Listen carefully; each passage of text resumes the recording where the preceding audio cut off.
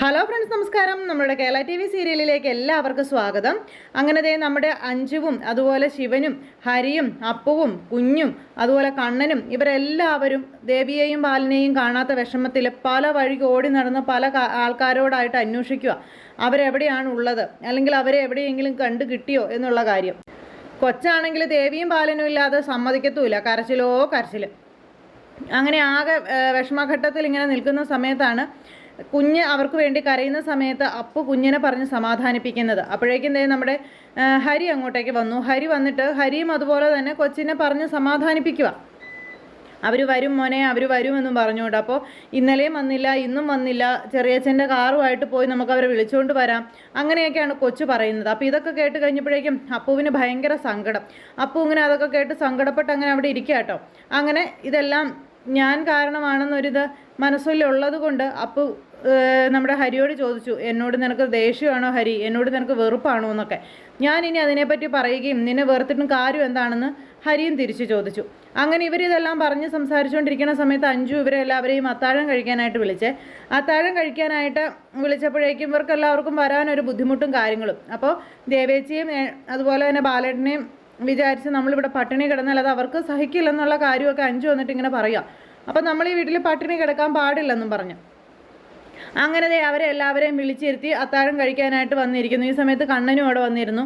കണ്ണനും അങ്ങനെ വന്നിരുന്ന് കഴിഞ്ഞപ്പോഴേക്കും നമ്മുടെ ഹരിയും ശിവനും ഒരേ സ്വരത്തിൽ പറഞ്ഞു, കണ്ണാ, കാര്യങ്ങളെല്ലാം എന്തായാലും ഇതുമായി ഇത്രയൊക്കെ ആയി, അതുകൊണ്ട് നീയായിട്ട് ഇനി ഒന്നിനും പിറകോട്ട് മാറണ്ട. നിനക്ക് അവകാശപ്പെട്ടത് എന്താണോ, അല്ലെങ്കിൽ നിൻ്റെ ബിസിനസ് തുടങ്ങാൻ വേണ്ടിയിട്ടുള്ള അത്രയും ക്യാഷ് നിനക്ക് എപ്പോൾ വേണമെന്ന് പറഞ്ഞാൽ മതി. ആ ക്യാഷിന് വേണ്ടുന്ന സഹായം ഞങ്ങൾ ചെയ്യാം. അതായത് നീ പറയുന്ന എവിടെ വേണമെങ്കിലും ഞങ്ങൾ ഒപ്പിട്ട് തരാമെന്ന് പറഞ്ഞു. അതായത് ഇനിയുള്ള സ്വത്തുക്കളൊന്നും അവർക്ക് വേണ്ട, ദേവിയും ബാലനും ഉപേക്ഷിച്ച് കളഞ്ഞതൊന്നും അവർക്ക് വേണ്ട എന്നുള്ള രീതിയിലാണ് ശിവനും ഹരിയും സംസാരിച്ചത്. ഇത് കേട്ട് കഴിഞ്ഞപ്പോഴേക്കും നമ്മുടെ കണ്ണൻ്റെ നെഞ്ച് പൊട്ടിപ്പോയി. കണ്ണൻ അവിടെ ഇരുന്ന് നിങ്ങൾ എന്താ ഇങ്ങനെയൊക്കെ പറയുന്നതെന്ന് ചോദിച്ചു. അപ്പോഴേക്കും ശിവൻ ചോദിച്ചു, അല്ല നീ തന്നെയാണല്ലോ ഇതിനെല്ലാം തുടക്കം ഇട്ടത്, നിനക്ക് ഇതെല്ലാം വേണം എന്നുള്ളത് കൊണ്ടാണല്ലോ ഇത്രയും പ്രശ്നങ്ങളൊക്കെ ഇവിടെ ഉണ്ടായതെന്നൊക്കെ പറഞ്ഞു. അതുകൊണ്ട് അവരെ നഷ്ടപ്പെടുത്തിക്കൊണ്ട് കിട്ടുന്ന ഒരു സ്വത്തും എനിക്കോ ഹരിയേട്ടനോ ആവശ്യമില്ല, എല്ലാം നീ എടുത്തോളാൻ പറഞ്ഞു. അങ്ങനെ അത് കേട്ട് കഴിഞ്ഞപ്പോഴേക്കും നമ്മുടെ കണ്ണൻ അവിടെ ഇരുന്ന് വാവിട്ട് കരയുക, കണ്ണൊക്കെ പൊത്തി പിടിച്ച് നെഞ്ച് തല്ലി കരയുകയാണ്. കാരണം അത്രയ്ക്ക് വിഷമമായി ഇവരത് പറയുന്നത് ചെയ്യുന്നത് കേട്ട് കഴിഞ്ഞപ്പോഴേ.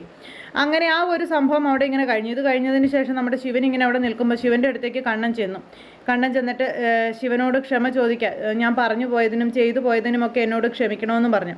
അപ്പോഴേക്കും ശിവൻ പതിവ് പോലെ തന്നെ പറഞ്ഞു, ഞാൻ നിന്നോട് ക്ഷമിക്കില്ല, ഞാനല്ല നിനക്ക് മാപ്പ് തരേണ്ടവർ ഇവിടെ ഇല്ലെന്നൊക്കെ പറഞ്ഞുകൊണ്ട് ഇങ്ങനെ പറയുമ്പോഴേക്കും എൻ്റെ അറിവില്ലായ്മ കൊണ്ട് സംഭവിച്ചു പോയതാണെന്നും എൻ്റെ ജീവിതം എവിടെയെങ്കിലും കരക്കടുപ്പിക്കാൻ ഞാനായിട്ട് തന്നെ മുൻകൈ എടുക്കണമെന്ന് വിചാരിച്ചു പറഞ്ഞതാണെന്നും അതെല്ലാം ഇപ്പം തെറ്റായിപ്പോയി എന്ന് എനിക്ക് ബോധ്യമായി എന്നുള്ള കാര്യങ്ങളും ഒക്കെ നമ്മുടെ കണ്ണൻ ഇങ്ങനെ ഇരുന്ന് പറയുന്നു. വലിയേട്ടനും അതുപോലെ വലിയേട്ടത്തെയും കൂടി ഇവിടെ ഒന്ന് വന്നിരുന്നെങ്കിൽ, അല്ലെങ്കിൽ അവരെ ഒരു നോക്ക് കാണാനൊരു സാഹചര്യം തനിക്ക് കിട്ടിയിരുന്നെങ്കിൽ കാല് പിടിച്ച് അവരോട് താൻ മാപ്പ് ചോദിച്ചേനെന്നും സമസ്ത അപരാധങ്ങളും ഏറ്റുപറഞ്ഞ് ഞാൻ അവരോട് മാപ്പ് യാചിച്ചേനെന്നൊക്കെയുള്ള കാര്യങ്ങളൊക്കെ കണ്ണൻ ഇങ്ങനെ പറയാം. അപ്പോൾ അതൊക്കെ കേട്ടപ്പോൾ ശിവൻ പറഞ്ഞു, കണ്ണാ, നിനക്ക് ഒരുപാട് വൈകിപ്പോയി.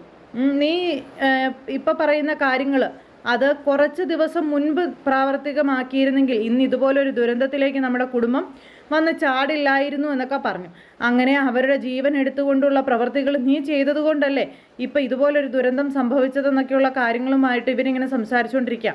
അത് കഴിഞ്ഞപ്പോൾ രാവിലെ ആയി കഴിഞ്ഞപ്പോഴേക്കും അങ്ങോട്ടേക്ക് കുറുപ്പമാമൻ വരുന്നു. കുറുപ്പമാമൻ വന്നു കഴിഞ്ഞപ്പോൾ ഇവരെല്ലാവരും കുറുപ്പമാമൻ്റെ ആ ഒരു വരവും പ്രതീക്ഷിച്ച് തന്നെ ഇരിക്കുകയായിരുന്നു. പക്ഷെ ഇവർ പ്രതീക്ഷിച്ചത് കുറുപ്പമാവൻ വരുന്നത് ദേവിയെക്കുറിച്ചും ബാലനെക്കുറിച്ചും എന്തെങ്കിലും വിവരം കിട്ടിയെന്നുള്ള വാർത്തയുമായിട്ടായിരിക്കുമെന്നാണ്. പക്ഷേ ഇവിടെ എന്താണ് സംഭവിച്ചതെന്ന് 2 വാക്കുകളിലൂടെ ഫോണിലൂടെ ഹരി പറഞ്ഞ കാര്യം മാത്രമേ കുറുപ്പമാവൻ അറിയുള്ളൂ.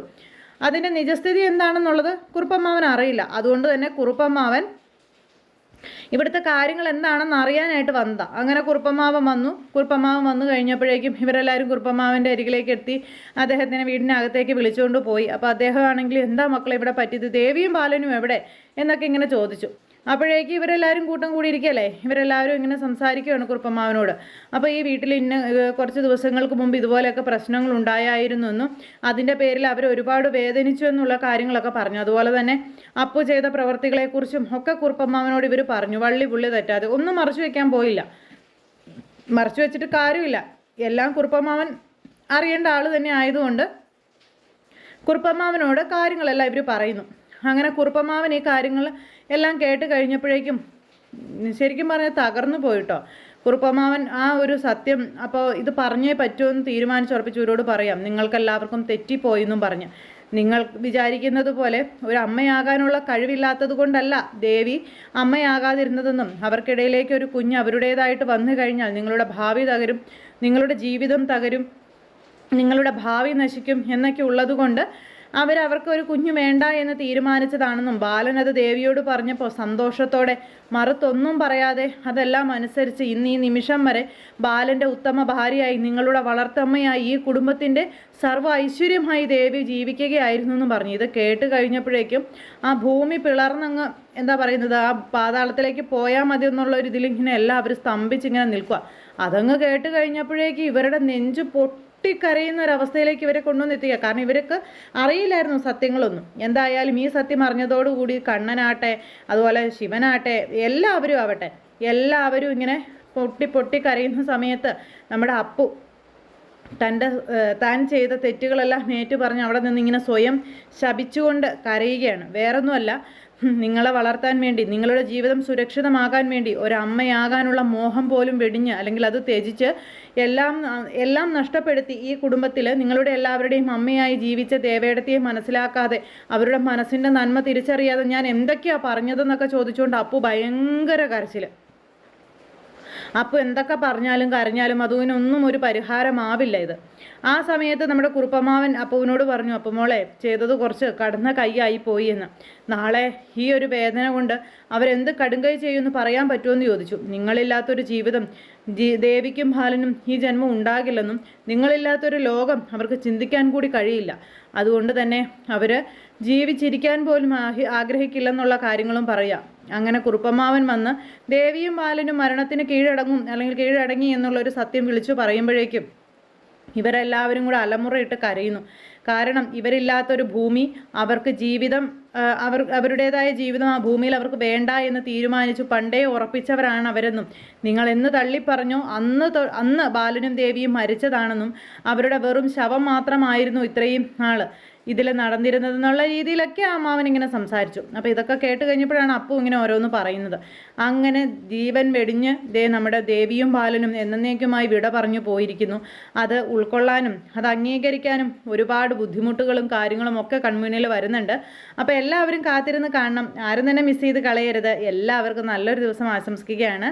എല്ലാവരുടെയും സപ്പോർട്ടിനും സ്നേഹത്തിനും ഒത്തിരി നന്ദി അറിയിക്കുന്നു. സൂപ്പർ ഹിറ്റ് കഥയുമായി കാണുന്നത് വരെ എല്ലാവർക്കും നന്ദി.